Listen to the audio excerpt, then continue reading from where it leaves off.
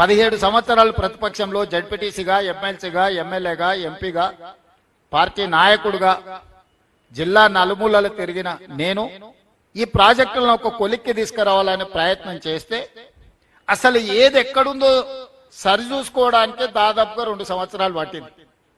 ఈ రోజు వాటన్నిటిని కొలిక్కి తెచ్చి ముందుకు తీసుకెళ్దామంటే ఓహో పని చేసేటట్టే ఉన్నాడు, ఇదో కొలిక్కి వచ్చేటట్టే ఉంది కాబట్టి మేమేదో కార్యాచరణ తీసుకుంటాం, రాజకీయ కార్యాచరణ తీసుకుంటాం అని వాళ్ళు బయలుదేరారు.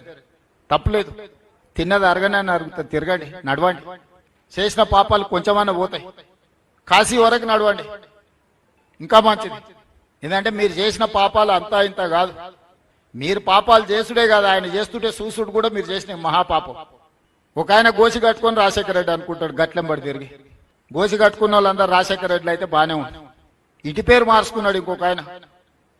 అసలు ఏ మాత్రం ప్రజలు ఏమనుకుంటారు, మనం ఇట్లా వ్యవహరిస్తే చీదరించుకుంటారా లేదా అన్న సోయి కూడా లేకుండా మా గురించి మాట్లాడి జిల్లాకు అన్యాయం చేసే ప్రయత్నం చేస్తున్నారు.